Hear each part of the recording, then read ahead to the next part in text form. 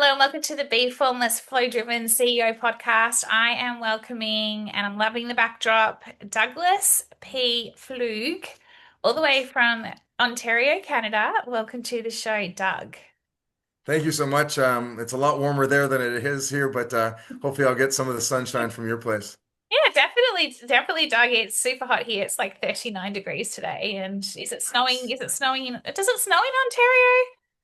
Yeah, it was well today was +8, but 2 days ago it was like -9. So, we're going like anywhere from 16 degrees Celsius like you would in a day, and it just boggles your mind. And it makes you sick pretty good too. Yeah, totally. We're the same here. Like one minute is winter, next minute it's summer. We're in summer. Like it's just like, yeah, it's trans-seasonal. But I met you a couple of weeks ago. We had a bit of a pre-show chat, and I was truly inspired by you and everything about you. And I was very honored to talk to you today. So thank you for coming on the show. And I feel like my audience will get a great deal out of our chat. And you said you're going to bring all the energy vibes. We need all the energy vibes all around the world right now. It's so important with everything that's happening in the world.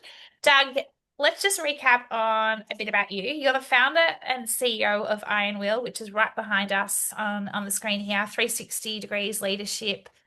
And you're an executive leadership coach, keynote speaker, and you're also a PTSD mental health advocate, and you've got quite the story. You're a Yes. retired sergeant with the Guelph Police Service, 28 years. I know you're giggling because just for the audience before the show, you Yeah. were having to tell me how to pronounce things, and then I'm writing it down like Lou and well, it's spelled with a G-U, and it's anyway, like, sorry, I'm just getting a little bit carried away. Yeah, so you were retired sergeant with Guelph Police Service, 28 years, for 28 years in service. You later taught at the Ontario Police College Leadership Unit, and you now help and support leaders, athletes, and frontline professionals build resilience and results. You're also the author of Finding Your Granite, and it's about my four cornerstones of personal leadership and Iron Wheel 360 leadership moving forward. You were also named back in 2008 OACP OMRON Media Officer of the Year, but most recently in 2020, you were one of 123 remarkable Canadians that was awarded through the Queen's Governor General. How did I get all that right? I'm pretty impressed. Yeah. Yeah. Because I was just getting a little bit of updates on the fly before this, and I'm just like profusely writing it all down. So, but yeah, I think I did okay. I'm happy with how I introduced you. So, Well, welcome to the it's show. great. Uh, Thank you much. Tell us, I'm gonna hand it over to you because you've got quite the journey, quite the story. And I just firstly wanted to say that please only share what you feel comfortable in sharing. Like, you don't have to, yeah, it's up to you. Because I know we all have personal journeys and you face some, adversity and yeah, just share what you feel like sharing and why you're now doing what you're doing. Basically, 2 years ago, I was diagnosed with post-traumatic stress disorder. It's cumulative, based on the 28 years policing and then the 7 years teaching. Where, as a frontline sergeant, I faced a lot of horrific trauma, a lot of calls for service, a lot of suicides, sudden death, murders, and that type of stuff. And unfortunately, it took its toll on me over the years. As a young man, my first experience was trauma. I used to be kind of like a bodyguard for one of my best friends in grade 13, and he actually got blown up in the Air India crash back in 1984. So, back in a time when you're 17, 18, and your life is supposed to be full of hope and promise, I was put really down into the pit of darkness trying to deal with that murder. I went to the University of Guelph. I played football and I wrestled at a national level. So it was really nice that I could transmit some of the frustrations that I had to as an elite athlete, where I learned a lot of good things about leadership, the pluses and the minuses. And then when I joined the Guelph Police Service when I was ripe old 21, right from the get-go, I think my first day I went out there, there was an autopsy of a lady who died by suicide. When I went into the coroner's table, the lady looked identical to my mom. Several years later, I had a call for service where I found a dead, crushed 12-year-old little boy in the leaves. And unfortunately, back in those days, I'm 59 years of age and I was raised with real men don't cry, suck it up, princess. And if you showed any type of empathy or emotion, you were criticized. And I remember when I was crying over the little boy's body, one of the senior officers grabbed me by the throat, spun me around, and told me that I was a baby, a pussy, and this type of thing, and I would never be an officer. Fast forward many years later, a lot of deaths, a lot of sudden deaths. That I dealt with a call for service in 2004 where a young lady, she was 18 months old, drowned in a bathtub. And at the same time, my own daughter was 18. And in my mind, it was kind of one and the same. And it really left some very deep-seated issues that I had.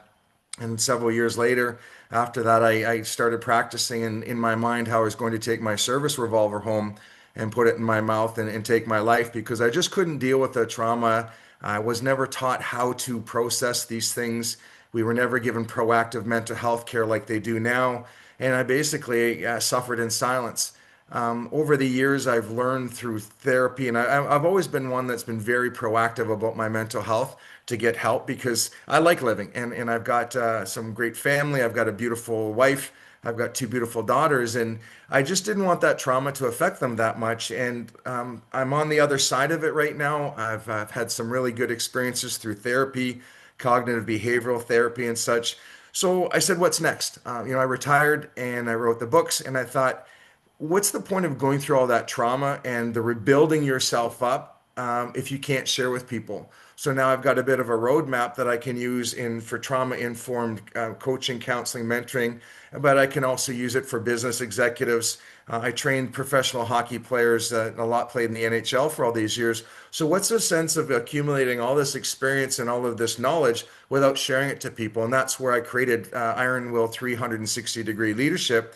And I liken it to a ball. When you take a ball and you throw it against the wall, regardless of what it hits, it's not going to hit the wall and fall down. It's going to ricochet somewhere else. And each wall that ball hits is almost like some of the adversity that we will all face in our lives. And instead of dealing with that adversity, crushing, falling, and not harnessing that energy that went into the wall and back out, I try to help people to find their granite. And that's where the first book came out. That once you get your feet solidly on the floor, it's easy to start moving forward versus the same analogy. If you're in the sand, if you try to run in the sand, you're going to waste a lot of energy and not get very far. Whereas if you're running on a hard surface, hopefully you'll be able to take that first step, which is the most important step between being a victim and a victor in a situation. Yeah, it's just such a profound listening to you. And I know we spoke the other week, but we didn't, we talked a lot about, adversity and everything you've been through. But to be it's like hit after hit after hit, and also to be conditioned to not cry, suck it up, and holding all this deep-seated grief trauma within here and just not knowing what to do with it and not being able to let it out. It actually it ends up catching up no matter what, right? Like in terms of like it always catches up with you. And I wrote down just before because it was just so bright. You said I like living, and in those darkest of darkest moments, sometimes yeah, you did. You question living, but you realize you like living, and so it's Yeah. then it's like okay, having the ability and being allowed to be vulnerable and let out all this compressed grief adversity, it's just something that we need to talk more about. Like, and you're obviously doing it. And, I was sharing with you some of my, Mhm. recent hits. But if I take it right back to my childhood, there's quite a few different things that kind of added up and it just continued, and then you hit that crescendo point. I guess for me, it's like, why has society for so long conditioned us? Like, what's your view on why has society for so long conditioned us just to be strong, to be tough? Don't let anything from the inside come out. When I'm all about the in like being inside out leadership, you're all about, inside out. Like why do you think society for so long? Is it fear? Is it being scared that if we show our true selves? What do you think it is?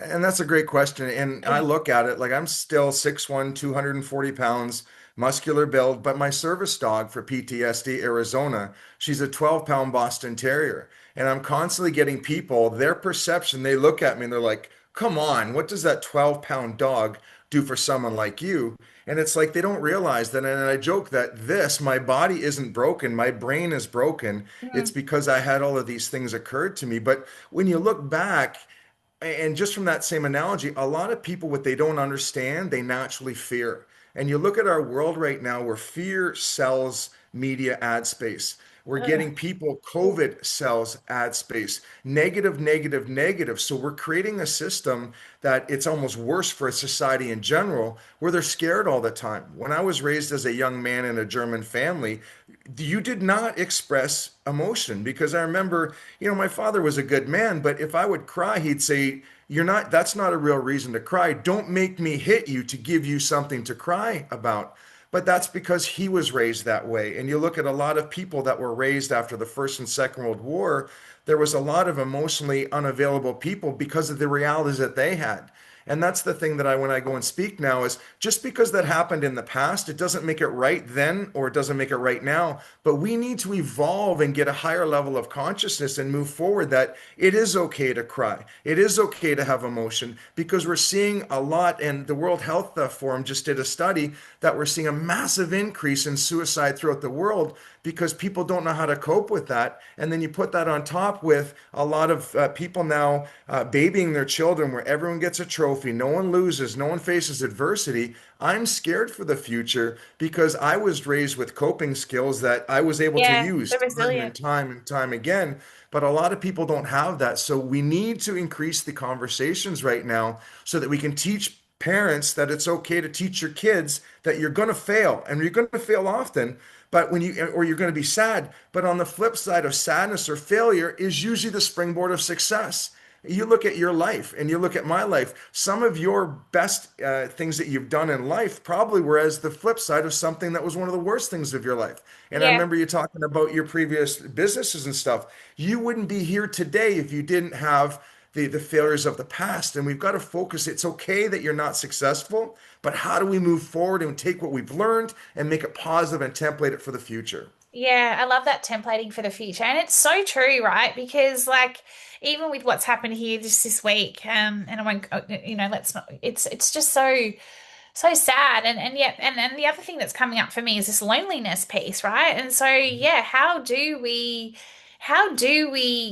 come together as a global society and go, we can do this together. We can work through this in a way that is like, I like living, but let's all be kind to each other as well, and let's Mhm. all, there's moments when, you might be having your moment of sadness or something's happened to you, and I might be loving life and I might be living in having the best time of my life.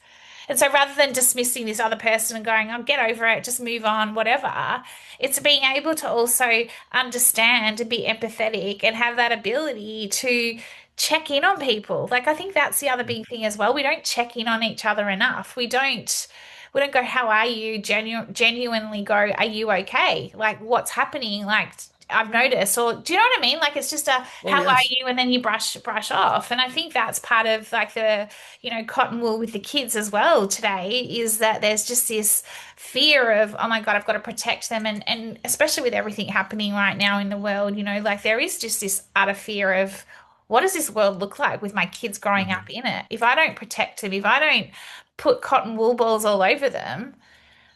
But it's back to your point. We have to be able to also fall down and get back up, but not just get back up, but be able to bounce forward as well. So that when we hit another fragile state, we're able to work through that and to be able to then bounce forward. Do you know what I mean? It's true. And like my mantra for leadership is lead with your best self, model the behavior you seek of others, and always create an environment other people can succeed. But first and foremost, you got to take care of you before you take care of others. And Yeah. right now, I'm writing an article for Valentine's Day through a journal that I write here. And it's about Valentine's Day. And instead of showing all this love for everybody else, we need to start showing that love to ourselves. When you meet someone or your spouse or someone you truly care for, you do all these special things for them all the time. But how often do you do those special things for yourself? Do you date yourself? Do you take care of yourself? Do you wake up in the morning and look at yourself and go, oh my God, look how I look? Or do you wake up and go, hey, we've survived another day? Set a positive challenge that I always say, today I'm going to make one stranger smile, or better yet, mentor a young person, because you have no idea how those small acts of kindness can unleash human potential. But we are wired right now to wake up in the morning and go, oh, another gray hair, another wrinkle. We've got to break it down and start some self love and say, hey, it's okay to not be perfect. No one's perfect. And let's work on the home team before we can work on the outside the home team. And I think that's the big secret, because all of this stuff in chaos, everyone's always checking in on other people. But how often do people check in on themselves? Yeah, it's a really good point, and you've really nailed it on the head because, like, even just that self-love piece, right? For I've been such a people pleaser all my life, and also sought validation externally, just Yes. because, like, the hits and then my confidence and not believing in myself enough, and I come across as this person that's got so much energy and such an extrovert, and all this like confidence, but then behind the scenes, if only people would knew sometimes, but. It's interesting you talk about that self-love journey because it's probably been in my last 12 months. I've had a relationship with myself and I Good. still feel funny talking about it because it just seems so for me ridiculous, but actually it's so not. And like I feel like I'm probably the most in love with myself I've ever been, and that's not coming from a place of ego or like Right. I'm full of myself. It's more just that I've just been really kind to myself and just surrendered in a way that I'm just like, okay, like everything is going to be okay. Stop fighting, stop holding on, stop trying to fix everything. We need to heal, and we're like so. I really love that analogy, and I relate to it so much because for so long I really resisted doing that. And I think exactly what you're talking about. If everyone stopped in their tracks for a second, especially at this time of year when we're just rushing to the end of the year, and Mhm. actually did a self-check-in of themselves just to see where they were actually at, I think we'd get It's true. And you look the way we're raised. We're raised to think we're better than other people. We're raised to be happy. We're raised to take care of ourselves. We've got to rewrite that narrative. How can we take care of other people if we can't take ourselves? How can we love other people if we can't love ourselves? And when we do get into a relationship, do we want to give that person someone who's broken, or do we want to give them and share the wonderful people that we can all be? So we've got to really start to take care of ourselves better. And trust me, that's the hardest part for me with my PTSD is cutting myself some slack and realizing that I'm not perfect. It's okay to not be perfect, but it's okay just to live your life. And it's just setting up little things. So every morning we wake up and we go to the gym. That's one of the first positive things I do. And I accomplish something, whether like Admiral Sir or Admiral McRaven talks about, making your bed. As soon as you wake up in the morning, start some positives. Look out at yourself and go, hey, beautiful or whatever. Let's have a good day. I'm going to brush my teeth. I'm going to have some coffee. Use the little small micro opportunities to start creating a path of success so that as you go through your day, if you face this wall, and it's a theory that I call no means next opportunity. In life, if you do nice things for yourself, it's just like putting a sidewalk stone down. But midway through the day, you've got 10 of those stones there. If you face a wall that you walk up to the wall and go, oh my God, it's 50 feet tall. I can't get around it. And that's the word no. Why don't you take one or two steps back to positions of success that you've already had for today? Look at that wall and see it's only 3 feet wide. And then you take a step to the right and you walk around it. So no is what gets you to stop and reflect. But when you say it's next opportunity, well, I can walk around that wall and you move forward as opposed to getting stuck with your face on the wall. yeah, it's so true. Doug, I'm gonna be delicate with my questions around this because again, like I said at the start of the It's show, okay. but in terms of PTSD, I've got a couple of questions in terms Sure. of the stats around it, from a global, because you called out some before around mental health and Mhm. suicide rates, etc.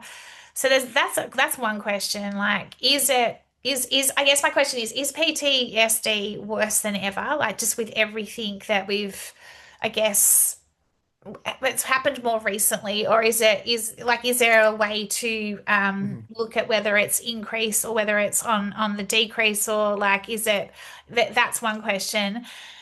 I'll let you answer that first and then I'll come to my next question. Sorry. I think that's a fantastic question, especially in the province of Ontario where I live. prior to 2017, PTSD was not medically diagnosed or recognized. So a lot of us were suffering in silence. Unfortunately, in law enforcement, we would drink our stress away with rye Yeah. whiskey. We'd have abusive behaviors. We had some things that were broken, but we just didn't know it, and it wasn't codified on what it was. Yeah. So as of 217, now that there's legislation there, people are saying, "Oh, we've got an epidemic of PTSD." It's like, no, it was always there. People just suffered in silence, and they weren't able to get the proper therapies. So yes, you can say that we've had the numbers have increased, but I think it's finally that instead of just throwing a dart at the dartboard, they can now say, "You have post-traumatic stress disorder. This is where it came from, and this is how we address it and move forward." So I'm happy that people are finally going forward, but there's still people suffering in silence. And I know in our province, I think the past 3 years, there's been about 20 police officers that have died by suicide because they didn't have confidence, they were too sick or what have you, or they were still under the shame of "you're broken, you're useless." So that's where we need to create those dialogues like we're doing right now and let people know, yeah, I got PTSD. It's something that I'm going to have the rest of my life, but I now have to learn with it. Just like if I broke my leg and I had a limp because the bones didn't set properly. How do you live with it and move forward and have that productive life that we all should have? Yeah, yeah, because there's so much shame around. There is this like when you know something's not right within you and you can't work it out, and especially when it comes to the delicacy of mental health, right? And this is, I could be wrong here, but it feels like to me it's a form of mental health. Like, even with What is, yeah. again with even with my own burnout and crisis breakdown, whatever you want to call it. Like people say, oh, don't call it a breakdown or don't call it a crisis or whatever, but it was for me. It was fundamentally like I hit rock bottom. Like it was the worst time of my Yeah. life, because it all crescendoed. I had so much shame around it, just because I was like, I failed. Like I've just, what happened to me? I'm a shell of the person I was and everything else. But then as I understood it and, had the right therapy and the right, conversations and support, it was less about the shame and more about, okay, this is where I'm at. Now, what are the steps and how do I start to work my way out of being in this place so that I can get back to I like living again? And I think that's the conversation that is so required, and exactly why we're talking here right now, right? Because Mhm. it's not something, it's back to what you were saying. You've got PTSD. I've got things where it's like it'll never go away, but it's like, how do you learn to live with it? How do you learn to manage it? How do you learn to, on the days when you're operating in survival mode, how do you ensure that you're aware, oh, I'm operating here. How am I going to get myself back out and back to this resilience bouncing forward piece? And I guess that was going to be my next question to you, because this is something that it doesn't define you, but it's something that you have. And do you still have your days or your moments? And then how do you know that you're in those moments or days to pull yourself back into being back to where you like living? We'll use that because you called it out earlier. And that's a fantastic question. About 10 days ago, we were taking a train from where we live to Ottawa, and I had done all the pre-screening possible because you need to prove that your service dog isn't just a family pet. We went to the train station an hour early, like I always do. All of a sudden, they told us you can't get on the train, and they were just insensitive. They were breaking the law because in Ontario, you can't deny that. It was just terrible. I went into a crisis, and I actually, about 10 minutes before the train left, I said, "Please call the police because you're breaking the law." And I was stressed. My chest was tight. My heart was pounding. I went into flight or fight, and my PTSD is not something where I'm going to retreat when my amygdala gets crazy. Yeah, I literally have to hold myself back like a racehorse because I can feel the aggression building yeah, up. So the officers showed up, and we calmed things down, but we missed the train, and I lost my marbles that how can these people be so insensitive? yeah, But so I sat there and I had to go through my processes where I do mindfulness, I do breathing exercises like tactical breathing. I try to get physical exercise, I write. So I went back to my template of what works for me, and I had a terrible time for about an hour. It was just, my wife was upset. We're sitting there just totally dumbfounded, trying to process the shock because we tried to slow it down the quickest possible. Then the train company calls up and says, "Oh, we made a mistake. We'll let you take the next train." Well, that was 4 hours of my life that was stolen from me and wasted. And I realized that it's okay to be not be okay. And instead of fighting myself, I kind of let the things go, but it's more controlled Yeah. so that if you keep it bottled up, I think you're going to have a heart attack, or it's like shaking up a bottle of pop or champagne. Yeah. If you pop that cork, it's just going to explode everywhere. But if you can take that cork and slowly release it and let the gases out, that's where you're going to get some success. And that's what therapy's done for me. It's told me to take a step back, slow down, do tactical breathing in through the nose, hold out through the mouth. And that's something that works for me. And I'm never going to be better in the sense that I won't have these situations. I just have to work to try to make the effects of them minimized each time by using that template. And knowledge is power. And that's where I like to go and speak with people and say, guess what? As we're doing right now, last week I had a breakdown. And they're like, oh my God, this guy said he had PTSD. We thought everything was fine now. No, I will have another breakdown one day, but it's how I let them affect me, and it will not define me. And that's my challenge. No, Yes, I totally. wear many hats and many roles that I've had, and I've got a PTSD hat, but that's not going to be my identity. It's No. just a piece of me. You're so brave and you're so like vulnerable in like and courageous as well, like to be able to be sharing all of this because it is incredible. And like I have my manic moments. So what happens to me is I go into Yeah. manic mode, like, and Yeah. it's like if something like that happens to me, I'm like, I just start going really like 100 miles an hour, and then I just can't get it. Like, so I Yeah. have to, it comes back to like, slowing everything down. And we'll get to business and leadership in a minute Yeah. because a lot of you're talking about is also can translate into business, into leadership, which is hence what For obviously sure. you're doing. But the one thing I do want to call out because I just think they're such beautiful, I call them human beings, even though they're animals, but they're soulful. And you've got little Arizona, who is a Yes. therapy dog. Tell us a little bit about how Arizona came in and what Arizona does from a therapy perspective, because I've got Marley Bob and he's not officially a therapy dog, but I Yeah. got him 2 years ago. So February, not last year, the year before. And he's changed my life. And he Yes. is like my mum and dad, and my mum in particular, she's like, he's your therapy dog. He's your therapy dog, you know? Hmm. So tell us a little bit about Arizona. Well, yeah, actually, yesterday was her third birthday. Oh, She's happy 12 birthday. pounds, Boston Terrier Red. If you go on my Instagram Instagram account, Ironwill360, you can see pictures of her. But we've trained her that if I go through crisis, when she senses that, she'll either like this. One morning, I woke up having a nightmare. She's laying across my chest like she's protecting Daddy. Or I was at a store one time and they were causing me grief because they said I couldn't have there. She just sat there and she just licked my leg just enough that, hey daddy, I'm down here, just to kind of center you. And even when we were getting denied at the train station, she just sat there and she was just watching around and she was just like kind of bumping up against you. And it's almost like that reset where you're going full bore. Say you're running on a rugby pitch, you're running and someone down, their baby finger hits your big toe and you fall down. It resets you, and that's kind of what she does. And she's been on four major train rides right now. She's been on 16 international flights.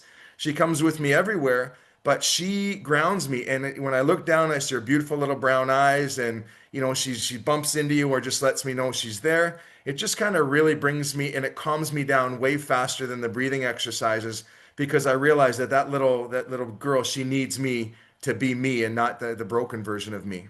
Yeah, so important. And I think there's something really insightful in terms of having more of this person in your world and bringing this. I do think there's a role in leadership in business, and I'm seeing a lot. Yeah. Like I was at one of my nephew's schools the other day, graduation, and they had a dog there, and so like it's just there's just something unique about an animal intuitively and well, I can't even hear what I'm trying to say here. You know what I'm trying to say, right? But they Yeah. just tap into you because that's what Marley Bob does to me. Like at Yeah. night, sometimes I don't know, he must pick up on when I'm worrying or something Yeah. or got something going on.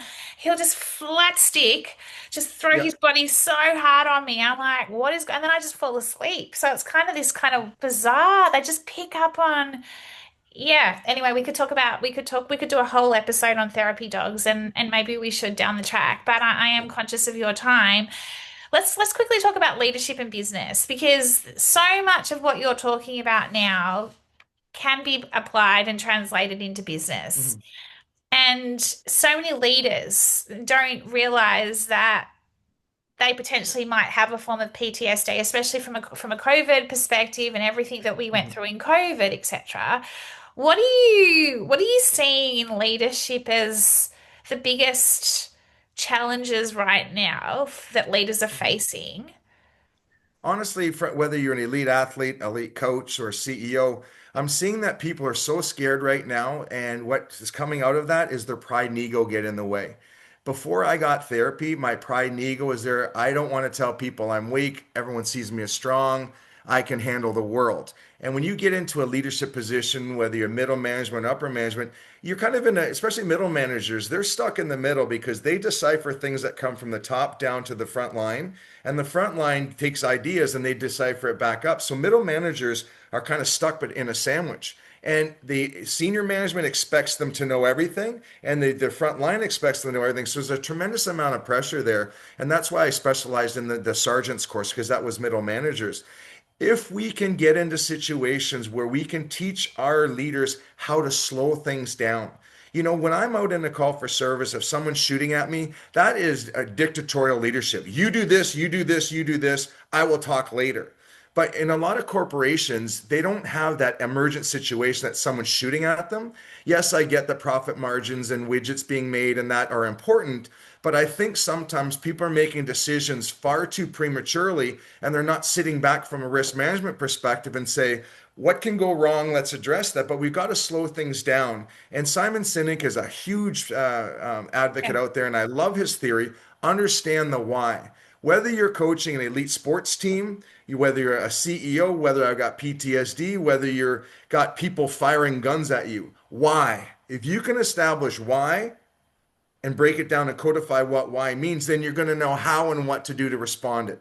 So if your football teams are talking there, if they're losing by 4 goals at halftime, if the coach can come out and find out why, he's going to know how and what to do to fix that the second Yeah. half. If a CEO comes in there and the profit margins aren't there and they can utilize the subject matter expertise around them and find out why, they're going to know how and what to do to satisfy that. And just like me the other day with the train station, once I found out why, I was able to slow things down and I had to figure out what and how to fix the situation. So I think we make it far too complex. Yeah, And these agree. types of leadership things go across multiple spectrums that if we can slow things down, put our pride and ego on the side, and realize that we have all these subject matter experts there that want the same result as you and that success.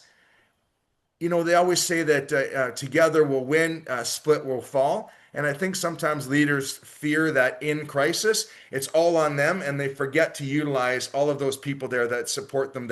And leadership is not about your people working for you. It's you about working for your people. So if 100%. you're working for your people, you need to let them do their job and help you be successful. Yeah, it's so true. You make such great points, like in terms of just leadership of now, leadership of the future. And I have been banging on about the slowing down or the power in the pause because we're just not, and we need to like Yeah. slow down to speed things up. Do you know what I mean? Like we're rushing because it's almost like we're resisting what we actually need to actually sit still with to understand and to really understand, like you say, that why, and then how and what are we going to do to actually address what we fundamentally address, get to the root cause of exactly what the problem is here, and how do we solve it.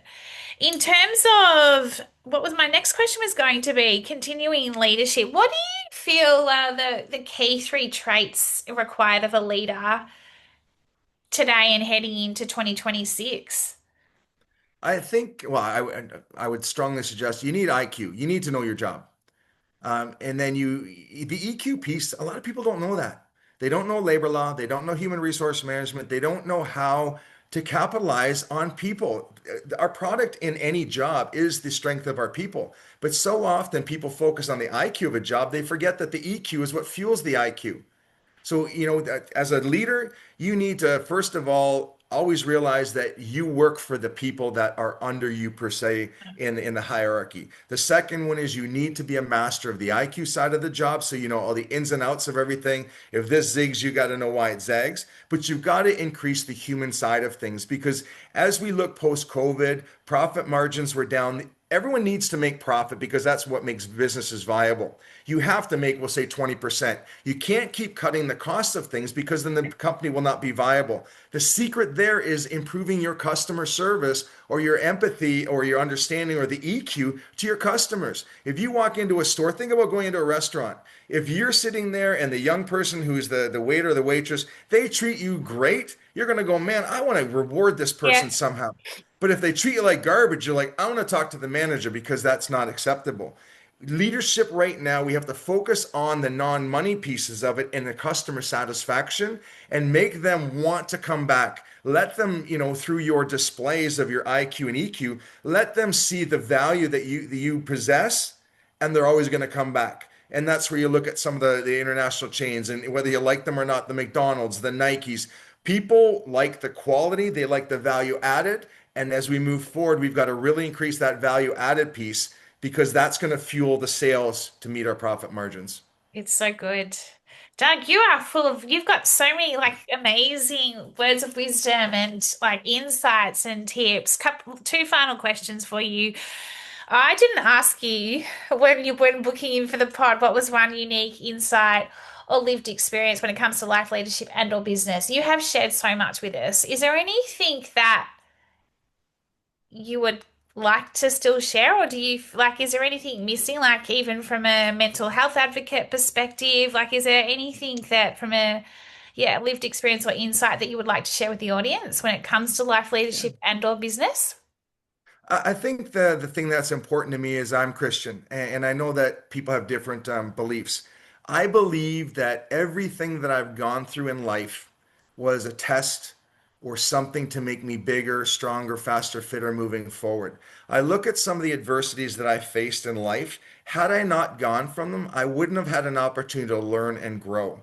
And that's the one thing that when people go through adversity, you can't change the fact that it happened. That was what happened. Well, what's going to happen? So I was codified in three ways. Who we were no longer exists, but who we were created who we are today. Who we are today is going to be who we were tomorrow, and and we want to strive to be who we're going to be moving forward. So if we can go out there and learn from every experience and say, it sucks. Why did it happen? We know how and what to do to solve it. But what are we going to learn from that? And that's where I think a lot of people get stuck. They forget that and you look at working out. When you go to the gym, when you do a bicep curl, what happens inside your body is your muscle fibers tear.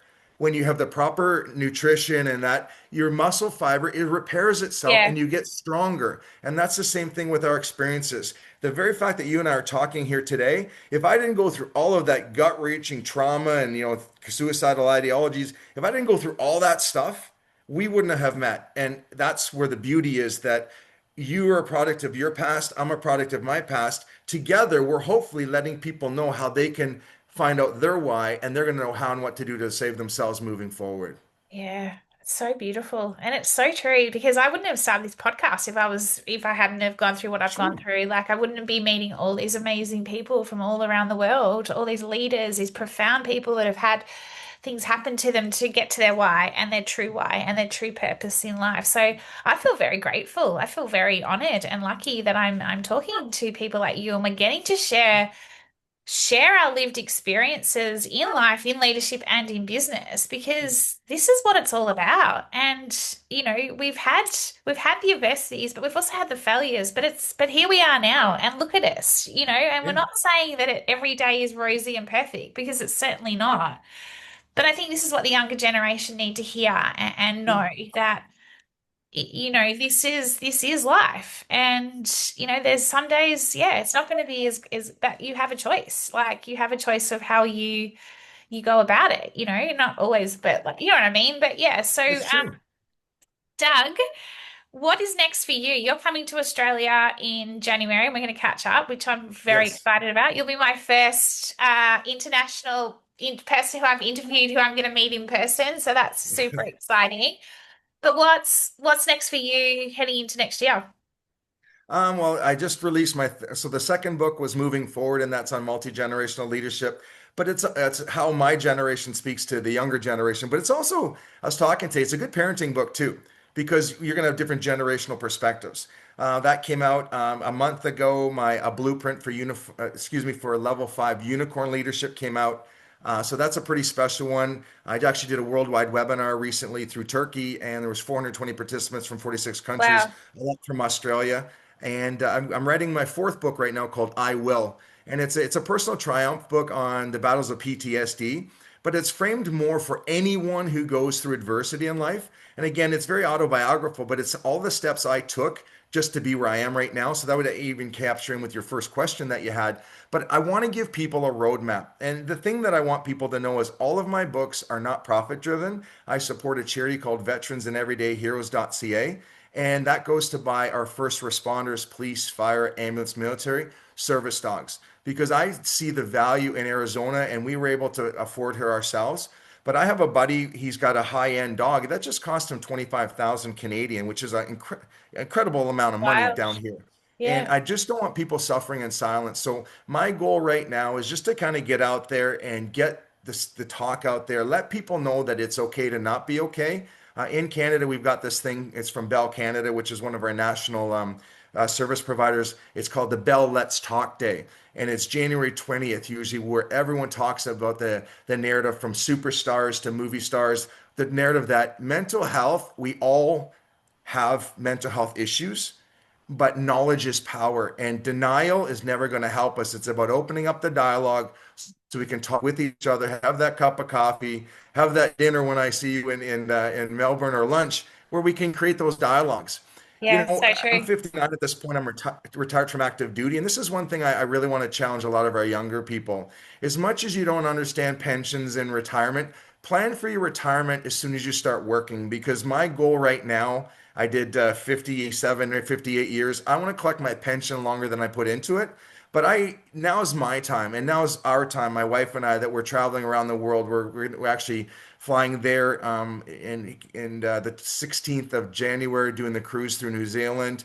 Then we're going to live 2 months in Mexico. But there's no point working hard for everyone in your family and everyone else in the world unless you're investing in yourself.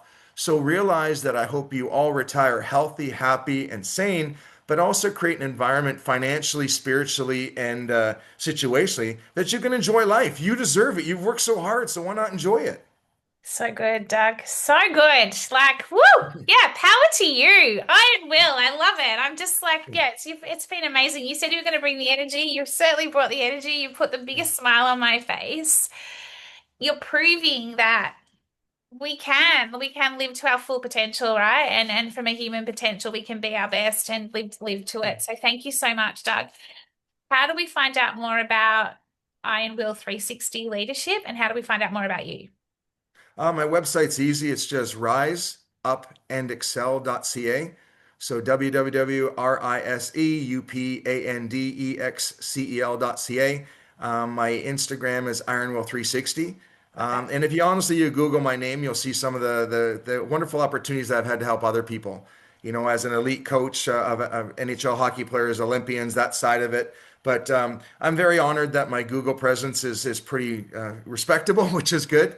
But the big thing too is if anyone needs help, I don't care where they are. I'm honored that if you want to reach out through email, through my website, and I'll certainly respond because just the fact that someone that's in trauma would go and find my name and reach out to me, I look at that as an honor, and that's better than any of the medals that I've won or any of the awards I've won. That if one person that I can help and give them a bit of time to help them de-escalate and help them find their own granite, bam, then that's my successful day. Yeah, it's redefining success, isn't it? It's reshaping life, leadership, and business. Doug, wow, I cannot wait to give you a massive hug when I see you in you and your wife when I see you in Yeah. January. It's only a few weeks away actually. So I know, it's great. wishing you the happiest of holidays and then to the year. And I look forward to seeing you in the year of the horse, actually. Like lots of Yes. momentum next year. It's a horse year, 20 in Chinese astrology. So I'm all into that. Yeah, lots of shed. It's been lots of shedding this year, and yeah, next year will be. I'm very looking forward to seeing you in January. So thank you for coming on the show My pleasure. and yeah, have a wonderful end to the year and happy holidays. Yes, and to you as well, and for all the listeners and readers and stuff. A lot of our first responders are going to be working on Christmas Eve and New Year's Eve, so you can be with your family. So if you have an opportunity to thank them for their sacrifice, they were called to serve and protect you, so you could be free. But a kind wave or a kind thank you that will really make their days, and it'll really solidify that they did make the right choice to be working so that you can be with your Yeah, loved ones. beautiful. Yeah, so beautiful. So thank you. Thanks, Doug. Take